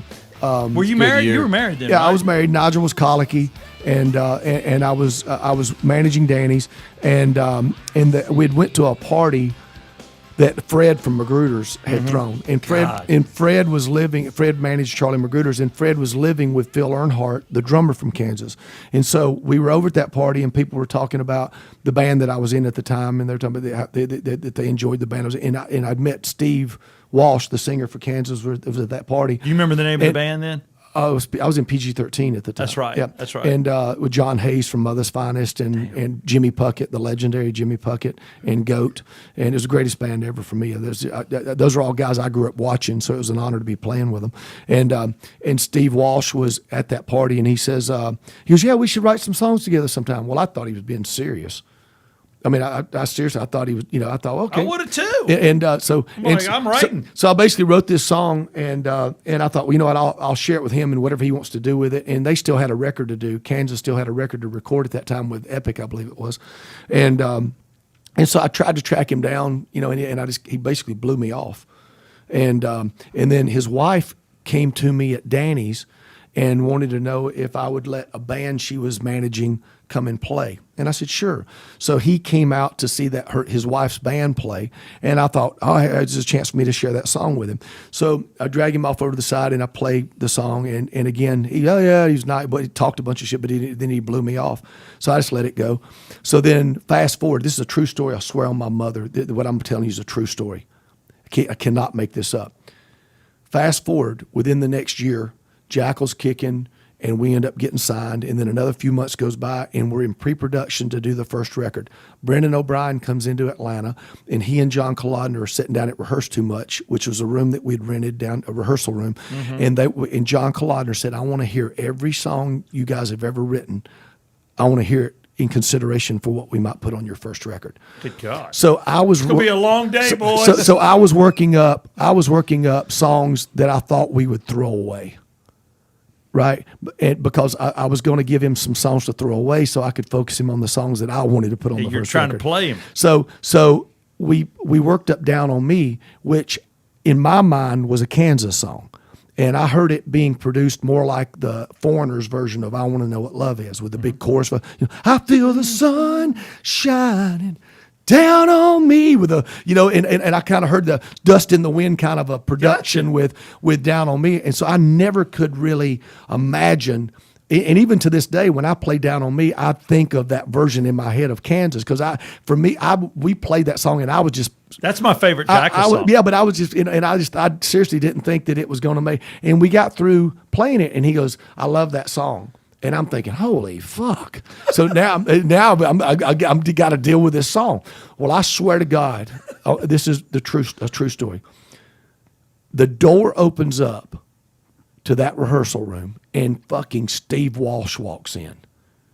Hey, you still got that song? No, he comes in, and John Kalodner goes, "Look, guys, it's Steve Walsh," and I'm sitting there going, "Oh fuck, you can't script this." Yes. He comes in and, "Hey, John, how you doing?" And John Kalodner goes, "Guys, can you believe this? This is legendary Steve Walsh, from Kansas." I said, "Hey, yeah, good to see you, Steve." And I'm just standing up there. We got our instruments around our neck. We're just standing there, and John goes, "What are you doing now?" And by this time, Kansas records had come and went. That last record didn't do anything, and they didn't have any songs or anything, and that made a dent at radio, and it was just over with. So John goes, "Well, you know what I told you?" What he told Steve Walsh. He goes, "You know whatever I told you?" And Steve goes, "Yeah." He goes, "I know." He goes, "We're just doing the Weekend Warrior thing. I'll be in touch, whatever." And so then he ends up leaving the room. And John goes, "Can you believe that? Steve Walsh just came into your rehearsal, And I said, that song that we just played that you liked? I said, I wrote it for those guys. And I said, that dude blew me off a couple of times when I was trying to give it to him. And Kalodner, swear to God, he goes, "Well, do you know what the moral to that story is, Jesse Dupree?" And I said, "What?" He goes, "You've got a hit, he don't." And that's a true story. You're like, thank you. That's a true story. And I'm going, this ain't no fucking hit song. But it's so great. And it ended up being one of the biggest songs we had. Isn't it crazy? Down on Me, When Will It Rain, I Stand Alone, The Lumberjack, Push Comes to Shove. Yeah, Feel free to get Will It Rain on there before we get Jesse out here. For those of you, and if this is an education for anybody about Jackal, then I'm damn glad you're listening. Now, I like I like my radio stations. I even listen to a little bit of talk here and there.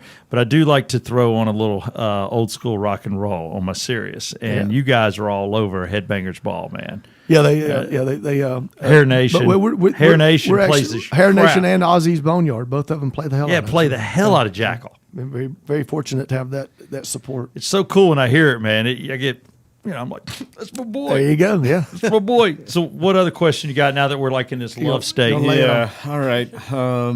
Well, both are entertainment. Yeah. Which do you think is better? Being live at a concert, like a show or anything like that, or at a sporting event? I'd definitely rather be at a live rock and roll show. See, I disagree. Okay. A sporting event can only happen once the way it happens. If I go to your show, I can see the same thing in Atlanta and Nashville and Dallas and Birmingham. It's the same thing over and over for a lot of shows. I bet you don't do a show the same way ever. I would, but a lot of bands do. I would challenge you to come and see a show. Then I mean, we have fun. And you're not wrong. There's a lot of consistency within what you do that the fans are going to be expecting you to do. But every night can take you somewhere, and every night should take a band somewhere different. And whether it be the crowd or the room or the sound of the room or the whatever the case may be. But yeah, I mean, I never cease to amaze myself. I'll tell you that. You just get done. God dang, I'm awesome. Yeah, I have a good time. I'm a god dang rock star. Yeah, I have a good time. Well, you're listening to Jesse James Dupree right here on the Yeah Come On Show, brought to you by Oxygen Financial, with 2 locations in the Atlanta metro. Again, right here in the lovely Alpharetta, or you can go to Buckhead. Just go to oxygenfinancial.net. And right now, Brett Barney is doing his damnedest. I lubed it up, all right, with 2 pretty easy softball. ones. Okay, okay, let's do this. What are we jamming to right here? This is When Will It Rain? Yeah. When Will It Rain? This is a great song. And you know what? Your band, y'all are like, and this is going to sound like totally homo, but y'all are a bunch of good-looking, like, hip, cool-looking dudes. Well, those guys have gotten better looking over the years. I'm the only turd in the punch bowl, but yeah, they. No, but I'm serious. You see these guys, you're like, man, they got their own little thing. I'm like, this is a good-looking, cool band. I mean, there are a lot of bands, we got to be honest, that aren't good to look at. No, they hadn't aged too well. Yeah, they're not aging well at all. Yeah, well, I'm fighting that fight myself. But like I said, the guys, everybody takes good care of themselves, and we all take it serious. All right, I can tell you right now, I've got somebody that does Botox. I'm coloring my hair currently, and just do 25 push-ups a morning. It's working for me. There you go. Bullshit. I know. I need. Shut up. I got Jesse James Dupree. Jesse James Dupree. I know, dude. Not only can he hear me, but so can the bottle. I'm trying not to be an asshole to him because I actually really like the guy. All right. When naming your booze, did you intentionally try to make it the longest name you could possibly think of for somebody trying to order a shot? Because, I mean, dude, if I walked up to a bar, can I get the original Jesse James American Outlaw bourbon? That's too long. Like, for you. how do I order it? Yelling that over. I mean, that a is crowd. it's like, hey, can I get a shot of Jack? Hey, can I get a shot of Evan? Hey, can I get a shot of Woodford? How about a shot of Jesse James? Well, I just wanted people to take a minute and focus. So no, it's just order. just give me a Jesse and Coke. Yeah, you know how when people eat cereal, a Jesse and Coke. A Jesse and Coke. There you go. Well, I was thinking, what like an Outlaw and Coke? But I will share this with you. It is. I am amazed that because it's like even when Steve opened up the show, he built all that out. Jesse's America's Outlaw Whiskey, Jesse James Bourbon, and I'm surprised that so many people that actually read the whole thing like that, because I didn't intend on it, to answer your question. No, I got a buddy of mine and I got drunk one night whenever I had the concept to come out with a bourbon. And we seriously put this label. I've put album covers together. I've put videos together.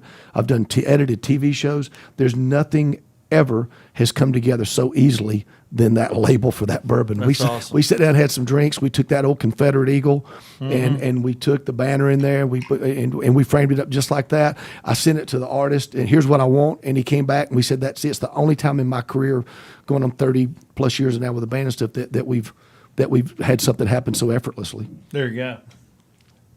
How you like that shit?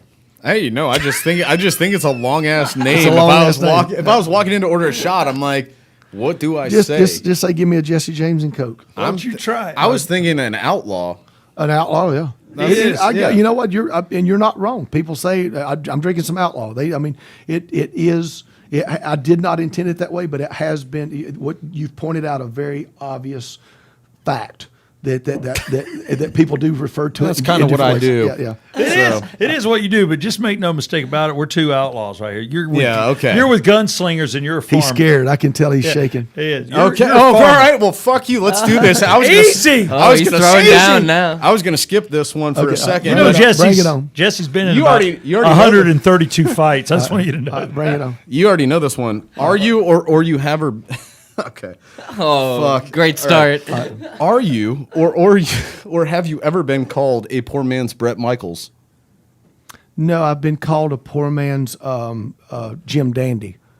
Who's that? Jim Dandy, Black Oak, Arkansas. There you go. Yeah, and but you know what? I was compared to Jim Dandy Mangrum so much in the beginning, and I had actually seen Black Oak, Arkansas, because they used to open up for everybody back in the '70s when they'd come through and play, and I never really thought anything about them. I did not own any of their records, but I became a fan because of the people comparing us, Relating you to that guy. And although I did not own their records and stuff, I will proudly say that you ask who Jim Dandy Mangrum is, you should go check it out. The guy was David Lee Roth before David Lee Roth ever thought about it. I mean, seriously. And as far as Bret Michaels go, I mean, again, that was a different.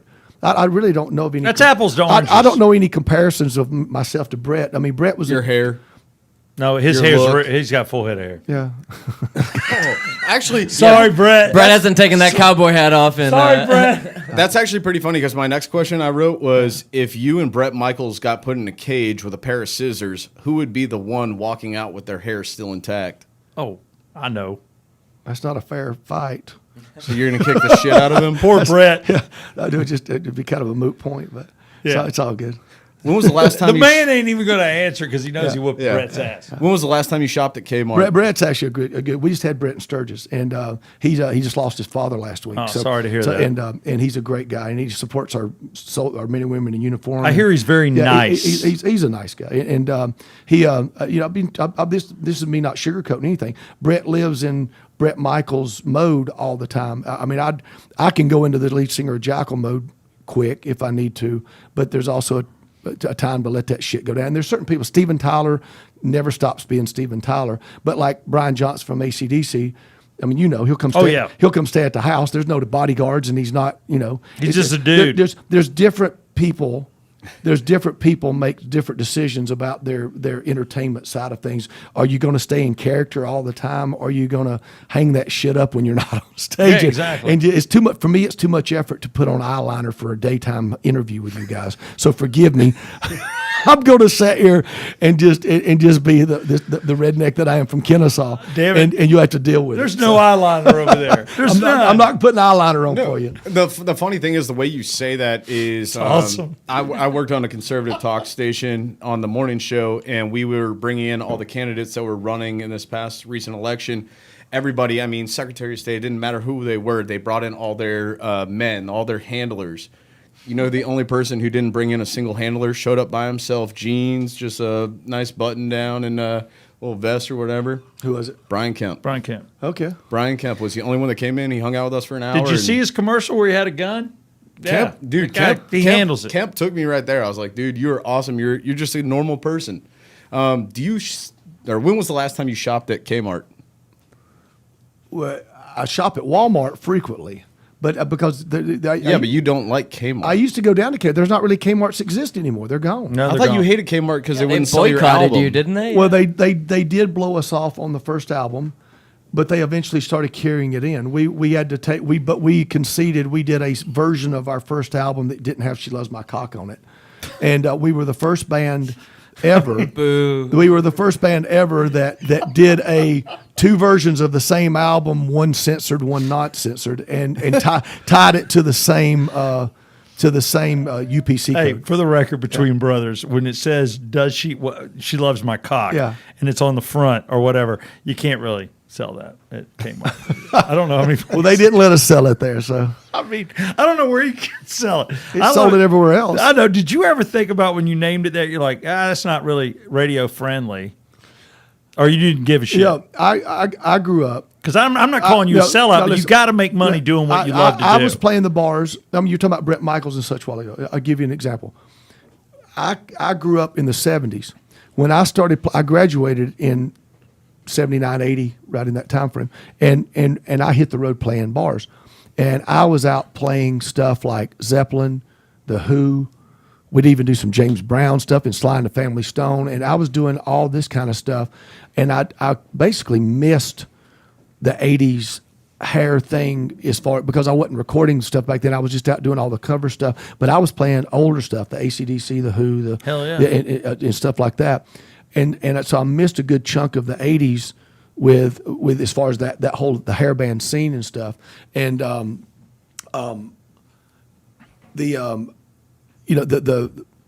I'm getting off track here from what were we talking about before that as far as Kmart. Yeah. So as far as She Loves My Cock. So that's what I was telling you. Great way to pick it back up. Yeah. So I was playing those. What's the name of your song? Yeah. She Loves My Cock. But no, 80s music had gotten so formulated, right, with the power ballads and all that stuff. You're right, totally. And the more the scene kind of seemed to be offensive like that because it was just so cookie cutter to all the guys that were wearing hair. We never wore hair. I never was in a band wearing hairspray and all that stuff.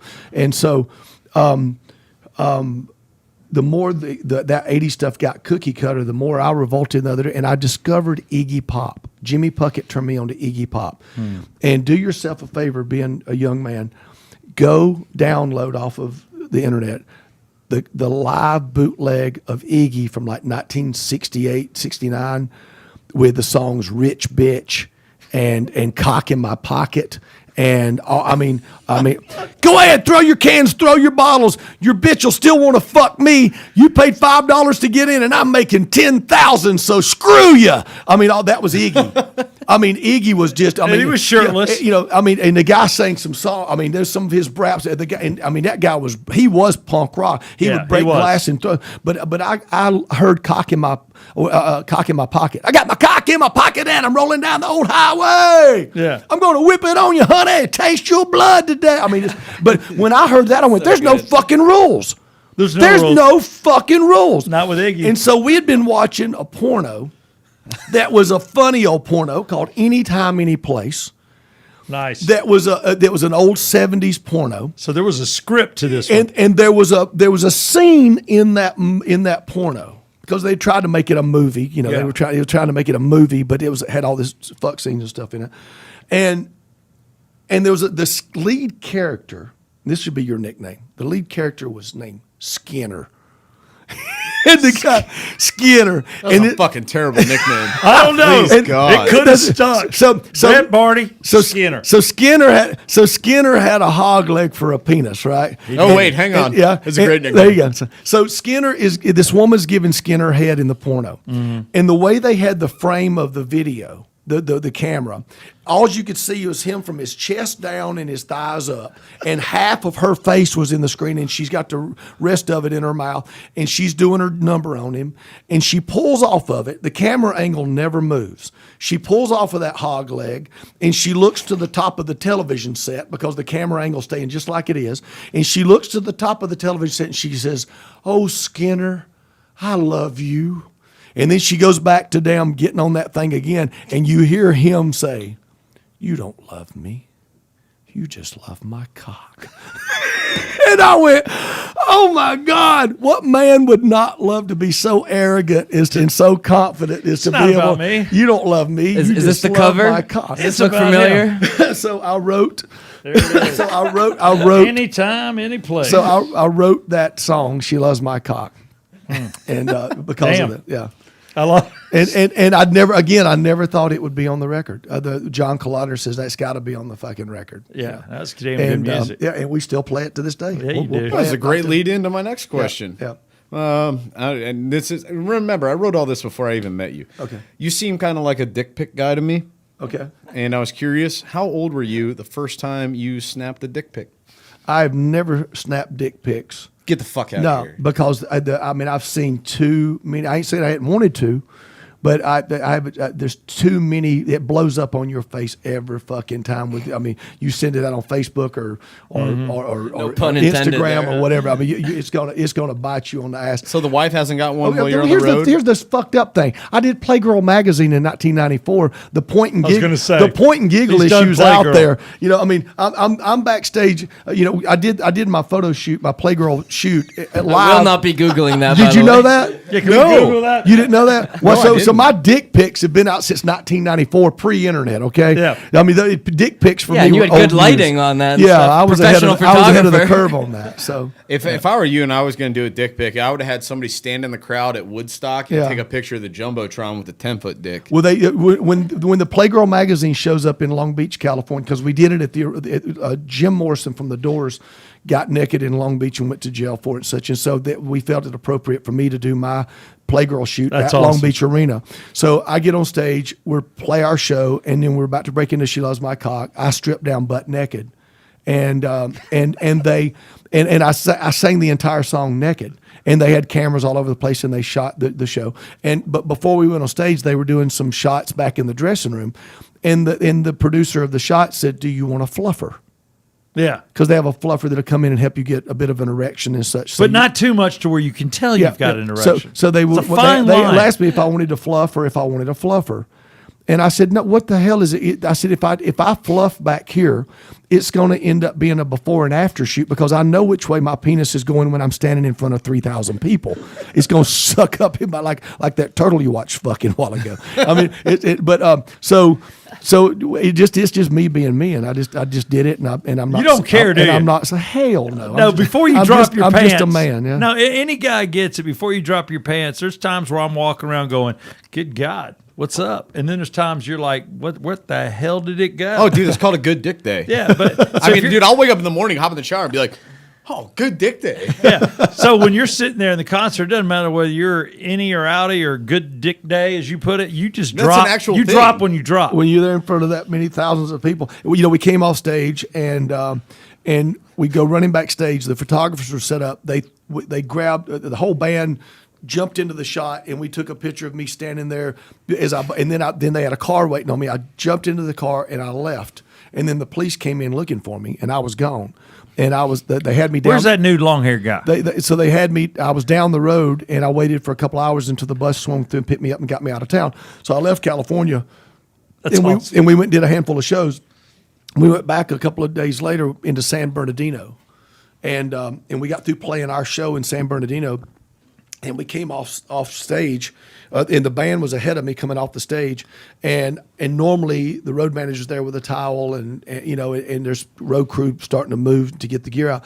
I came off the stage and it was a ghost town, and I took a couple of steps off the stage ramp. Where is everybody? And all of a sudden, the SWAT team came out, slunk through my arms, back up behind my body, carried me about 20 yards across the backstage area, threw me up against the wall, and started putting handcuffs on me. And there's the rest of the band. Roman's like, "Thanks for the nude thing, man." Yeah, the rest of the band was they were they'd kept everybody away. They'd quarantined that backstage area. Oh, so they wanted just you. Yeah, they grabbed me, yeah, and they put me in a police car, and then they carried me 90 miles back up to the Long Beach jail. Oh, that sucks. And I get thrown into the Long Beach jail, wearing I had a fringe white jacket, leather jacket draped over my shoulders, no shirt, a pair of pants with half the ass ripped out, and white cowboy boots. Oh, all the dudes are whistling on Yeah. your way in. That's where you look at the boys. Go, don't let the outfit fool you. Don't let it fool So, you. fuck you up, yeah. so they throw me into that. They throw me into the general population cell. I'm in there for an hour or so. Was anybody like, "What's up with your outfit, bro?" Then one of the guys one of the officers there that came to get me to fingerprint me and stuff. He was a rocker and was a fan of the band. And after he fingerprinted me and such, he carried me over to this cage that they had, like a single person cage that was over to the side, and he put me in that. Thank God. And it actually had a phone in it. So I'd actually called home, and I'd made a couple phone calls, and then, That's crazy. Yeah. So then this sergeant guy, whatever he is in charge, he comes in, sees me over in that cage, and tells them to get me out of there and put me in a cell. So then that guy comes and gets me and takes me down this hallway to the very end cell and puts me in. And there was nobody there. There was kind of a vacant. So it didn't even have a mattress on the bed. It was just a vacant cell. He puts me in there, but at the end of the hall was an old television set that was mounted up on a stand, on the arm at the end of the wall. And I swear to God, I watched the debut of the Down on Me video on Headbangers Ball from that jail cell on that television set. That's a great story. And the plug for the television was in the ceiling. So the cord from the old television set draped down and went up into the ceiling. And I watched the introduction for Ricky Rackman. I was going to say, I it's watched Ricky the introduction. Rackman doing that. I watched the introduction, and then I watched the video. And right toward the end of it, that sergeant guy that had told them to move me, he comes down the hall and looks at me, and he looks at the television set with it. I'm on the video. Hello. And then he grabs the cord and unplugs it. Dick. Oh my God. So I didn't get to see the wrap up after the video, but I watched that much from the cell, and then that morning my attorneys got me bailed out. God, And, what a night in assless jeans. Yeah. So we're all kind of facial hair guys. I was kind of curious about this, just from you personally. Yeah. What are some advantages and disadvantages to the soul patch? I think I can't remember if we were on air or not, but you were talking about how you were smelling the inside of Steve's hat. Yeah, he was. Yes. To- that was before this started to figure out if I to my see hat or his if hat. your hat was because you have the same hat on, and you were trying to figure out whose scent it was inside the hat. And then I said, you said a man can't smell his. You can't- himself or nobody whatever. can smell their own And scent. It And just then I smells asked like the nothing. question. I said, well, does that mean a man can't tell if his wife's pussy stinks? And you said, I don't know. Let me smell your beard. So I think you answered that question. The advantage of the soul patch is it keeps some of the taste and smells around for a while. There you go. If Yeah, you but- like the taste, it stays. Yeah, if you like the taint. I mean, I don't know. Yeah. Okay, I really did write this, Mom, and I hold know. on. Mom, quit listening. You should have quit listening a while back. Don't invite me on the show without taking it to the gutter, man. I don't care. It's you know what? I'll blame it on Skinner here. I know. God dang Skinner. Okay, that's not gonna fucking stick. I don't know, Brett Barney. It's Might. Brett Barney Skinner. I swear I wrote this before you came in here, and we had this whole You've discussion. apologized to my friend like 9 I know times. because this is weird because I actually like the guy and I was a fan of his television show. What's not to love? Okay, Go ahead. and I wanted to do this with some emphasis. Why the fuck doesn't Michael Ballard ever buy or purchase or whatever the fuck storm insurance? The whole premise of the show, you guys would be like, okay, we're in Sturgis and there's some bar chick and she's stealing money from us and we got to fire her ass. And then the next thing you know, it's like, oh crap, there's a storm coming in.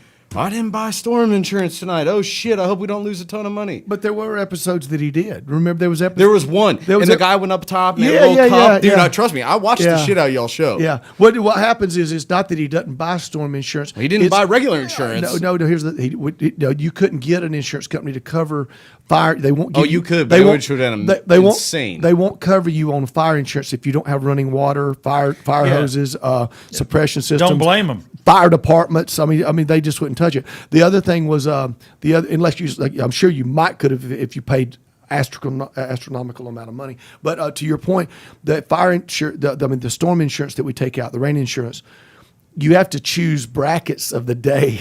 Oh my God. So like this year, we had rain insurance. It rained 3 days this year during the rally in the 2-hour window prior to when our rain insurance kicked in.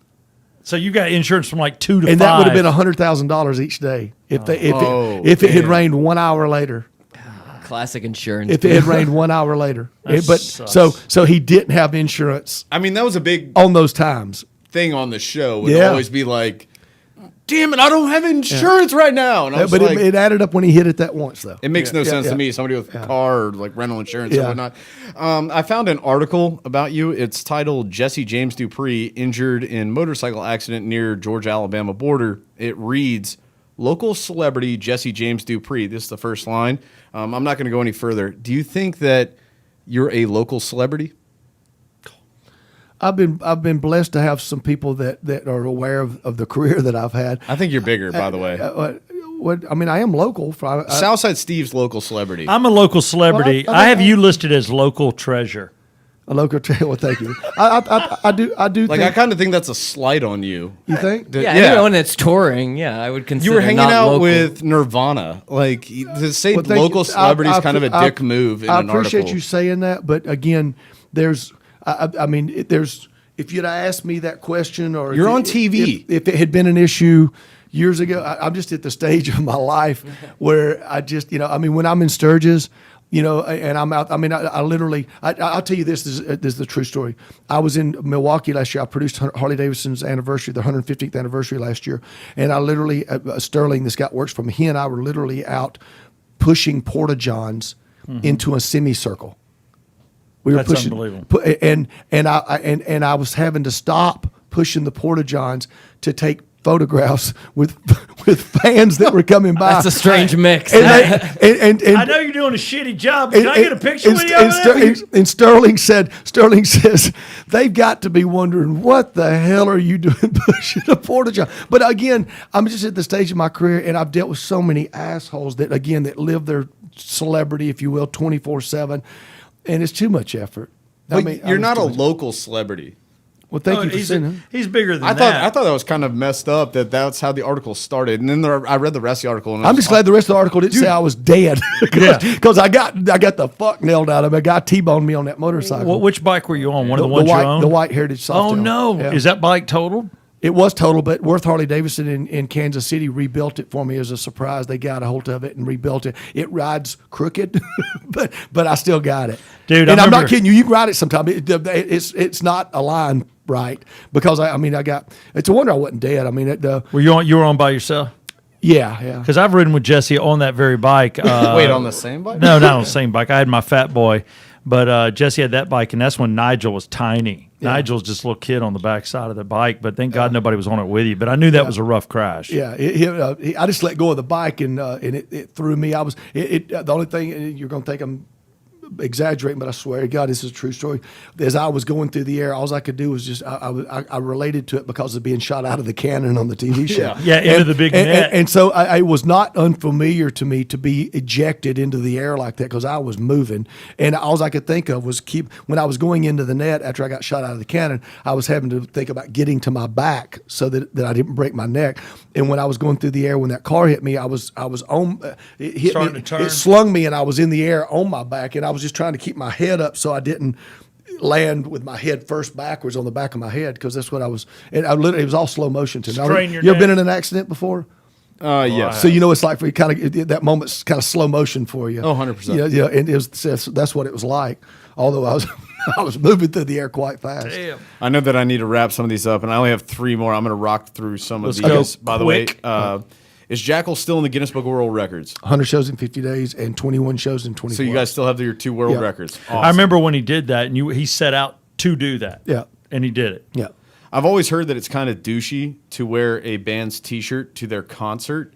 I was kind of curious, how many bands can you name that it's okay to actually wear their shirt to their concert? And I have a couple that I can name. Well, we have a ton of people that wear our shirts to our concerts. I've always heard that's kind of douchey. Do you think it's douchey?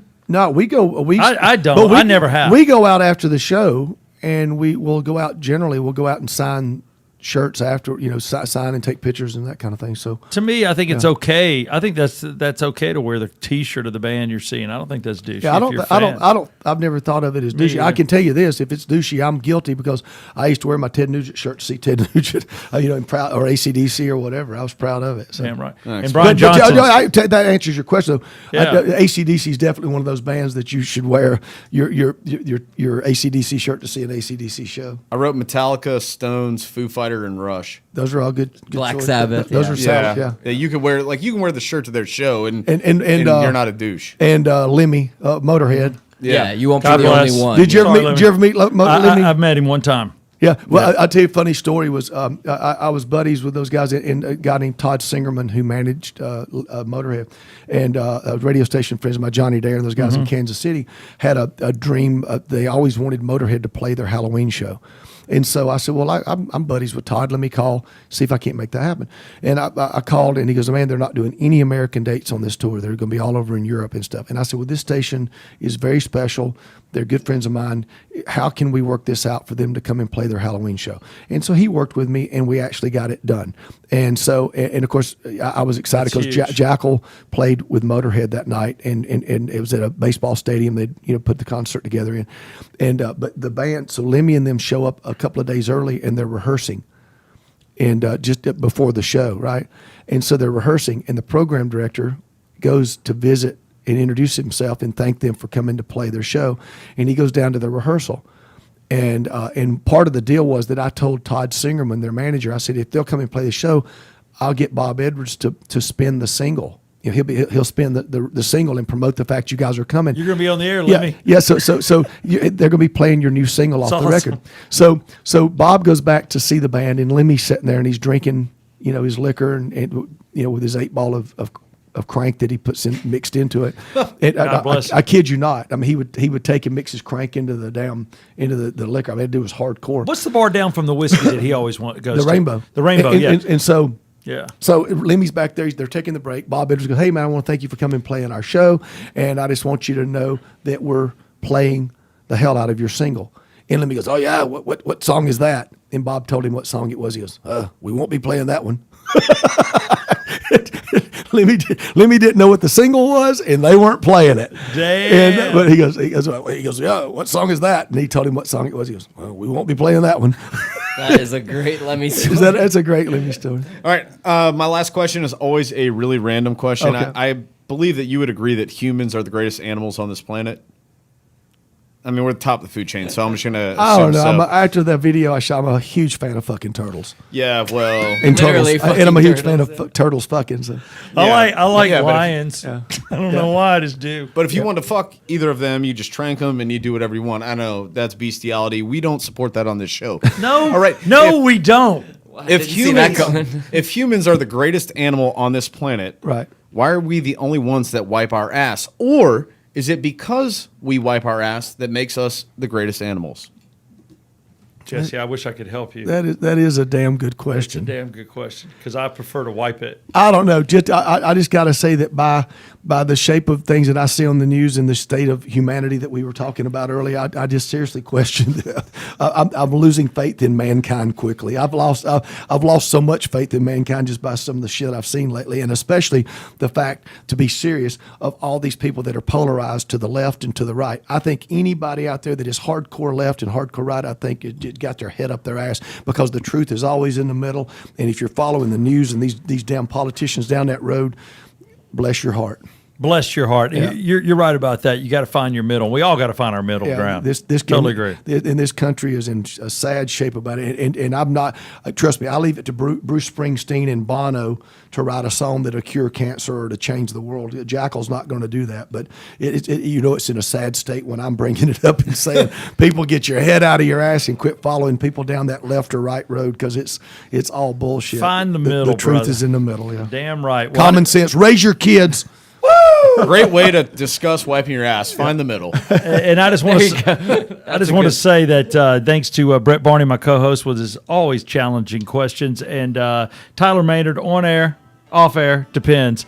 But nothing better than this special guest right here. As much as I love this guy and respect you, whether I see you once a year or 20 times a year, we always start off where we left off. And Jesse James, American Outlaw Bourbon Whiskey. Drink it, because I know for a fact 1 drop of sack sweat goes in each Order one that of them. shot of Outlaw. Yeah, please swing by Total Wine, register to win that guitar. They got Total Wine and Spirits as well as Sprayberry Bottle Shop. Both of them got it. So Sprayberry in Alpharetta, which is where I'm at right now. Okay. So I'm looking forward to going by there, dude. This is good stuff. And this, I think, is now going to be the sponsor that we have. I think we have 2 sponsors, Oxygen and Jesse James. We're going to work on that. Yeah, because we're not going anywhere. Proud to be here on Yeah, Come On. Thank you, guys. Yeah, come on. Jesse James Dupree of Jackal.